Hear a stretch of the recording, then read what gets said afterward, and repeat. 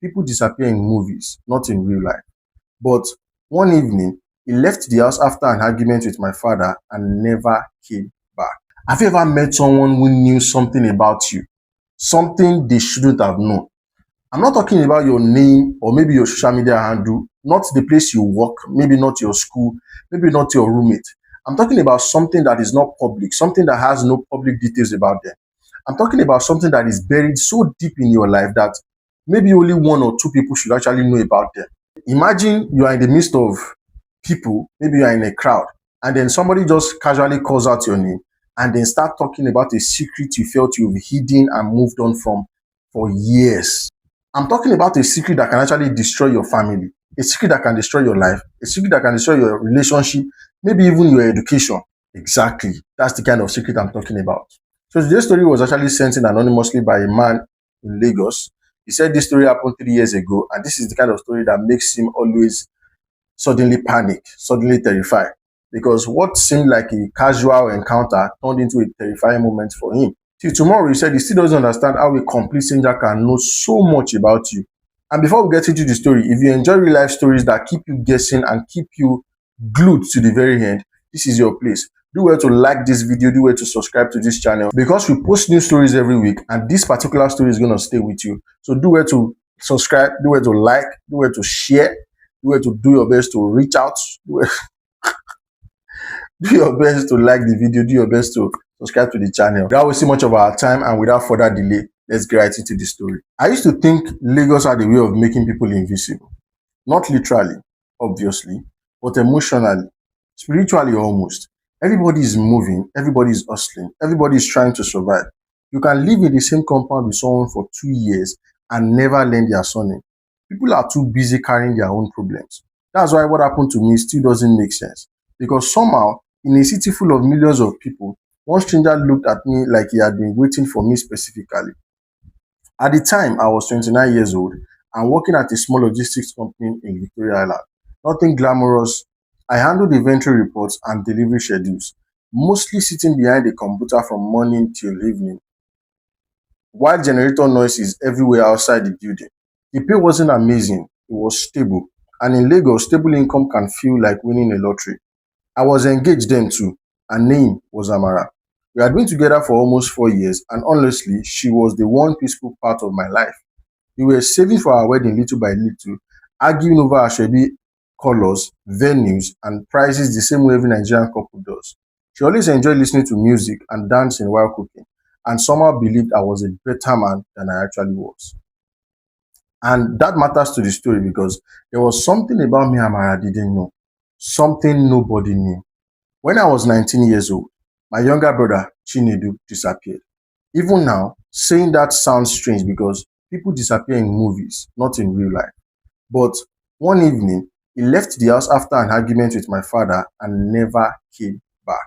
We searched everywhere, went to the police stations, hospitals, churches, motor parks. My mother practically destroyed herself crying every night. But the truth is, I knew something about that night. Not everything, but enough. A few hours before Chinedu vanished, he had come to me terrified, telling me how he owed money to some boys involved in internet fraud and betting scams around Festa. He begged me to help him. I was angry at him, tired of covering for him, tired of his lies, and I told him to figure it out himself. We fought badly, shouting, pushing each other. I even slapped him. The last thing he said to me was, if anything happens to me, now you go live with her. If anything happens to me, you will live with it. And I did. For 10 years, I carried that guilt around like concrete in my chest. I never told my parents about the money or the threat because I was scared they would blame me for not helping him. Eventually, everybody just accepted he was gone. Maybe dead, maybe alive somewhere. Nobody knew. Life moved on the same way life cruelly does. Then one Thursday evening, everything changed. It was raining heavily that day, the annoying kind of Lagos rain that floods road within minutes and turned traffic into madness. I left work late and decided to stop at a small booker before trying to get a bus home. The place was crowded, hot, noisy, people shouting for Amala in addition with the rain noise. I remember wiping rainwater off my face when I noticed the man staring at me. At first, I ignored him because Lagos is full of strange people. but he kept looking directly at me without blinking. He was older, maybe late 50s, dark skinned, lean, wearing a faded brown kaftan that looked too simple for the weather. There was nothing especially frightening about him, but something about the intensity in his eyes made me uncomfortable. Then he smiled. Not a friendly smile, more like recognition. As I stood up to leave, he suddenly said, Emeka. My entire body froze. I hadn't told anybody my name inside that place. I turned slowly and looked at him properly. Sorry, do I know you? The man tilted his head slightly like he found the question amusing. You don't remember people easily, he said calmly, but your brother remembered you till the end. I felt cold immediately, not emotionally, physically cold. Rain was still falling hard outside. People were talking around us, but suddenly everything sounded distant. I stared at him, trying to understand what exactly he had said. My brother, I asked. Chinedu, he replied softly. I swear, my knees almost gave out. For a second, I genuinely thought maybe this was some elaborate nonsense prank, but nobody in my current life knew my brother's name anymore. I never spoke about him, not at work, not with friends, not even with Amara. The man motioned for me to sit. I should have left immediately. Looking back now, that's the normal thing a sane person would have done. But curiosity is dangerous, especially when it's tied to guilt. So I sat down across from him while my chest hammered inside my heart. You knew my brother? I asked. The man didn't answer immediately. Instead, he picked up a bottle of malt, took a slow sip, then looked at me carefully. You abandoned him, he said. I felt anger rise instantly. Who are you? Then he asked, you want to know what happened to him? Then, the way he asked that question, like something almost casual, terrified me more than shouting would have. I kept staring at him while my mind raced. Part of me wanted to grab him and demand answers. Another part wanted to run into the rain and pretend this conversation never happened. What happened to my brother? I finally whispered. The man leaned closer. He suffered, he said quietly. And before he died, he mentioned your name many times. Died? That word hit me like a physical punch. For 10 years, there had always been uncertainty, tiny stupid hope buried somewhere inside the family that maybe Chinedu was alive. Hearing a stranger say the word died so confidently made my stomach twist. I asked him where this happened, how he knew, where the body was, and but he avoided every direct question. Instead, he kept talking in vague, unsettling statements like he was enjoying watching me panic. He trusted the wrong people, he said. Young boys always think danger is a game until it's too late. Then he said something that truly disturbed me. He blamed you, but he also wanted you forgiven.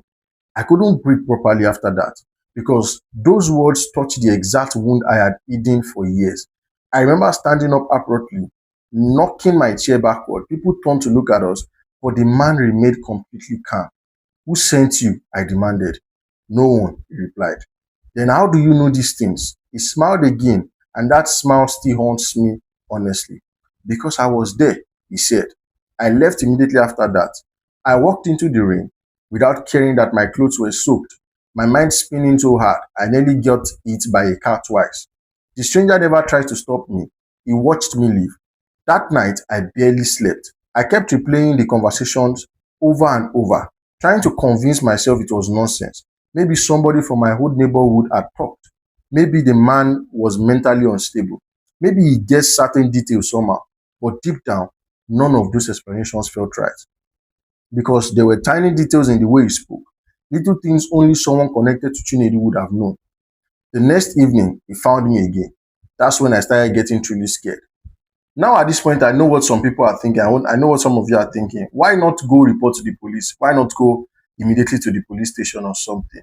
But honestly, when fear and guilt are mixed together, there's no such thing at that moment as thinking logically.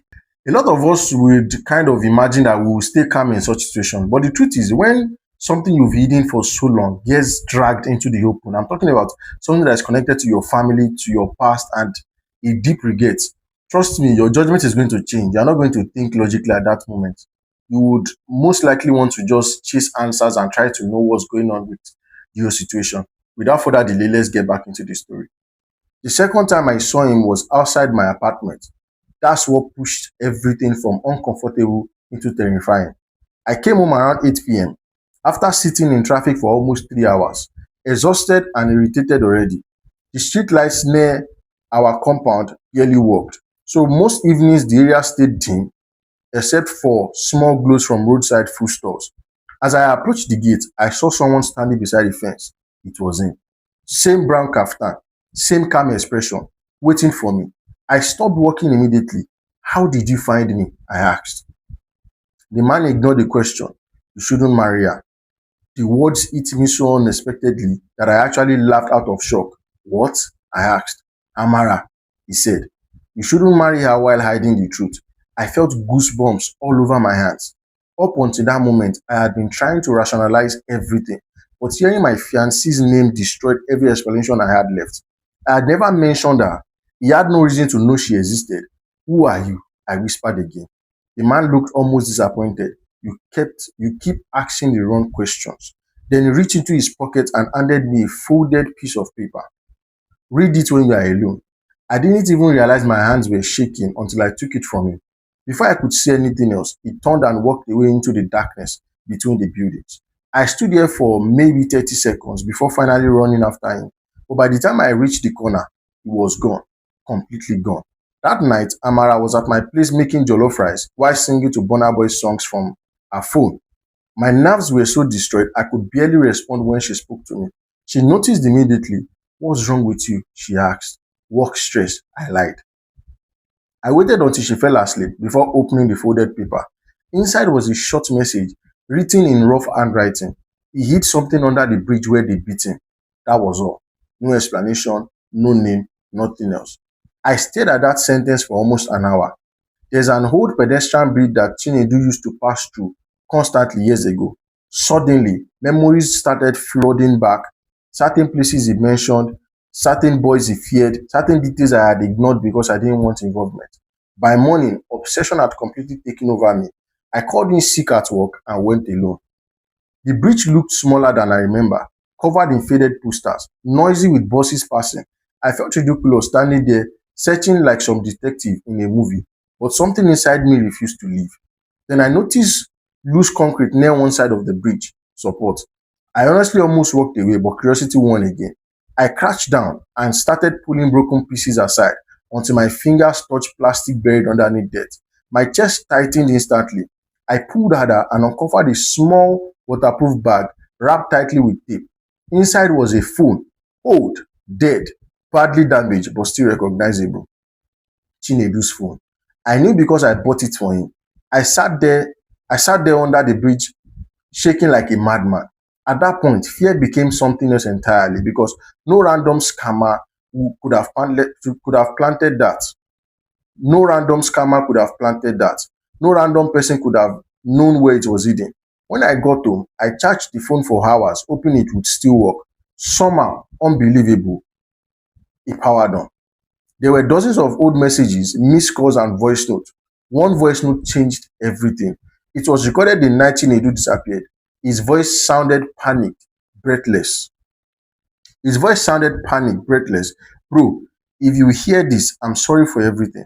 They think I stole money from them. I didn't. I swear I didn't. If anything happens, then shouting interrupted him. The recording ended abruptly. I broke down completely listening to that.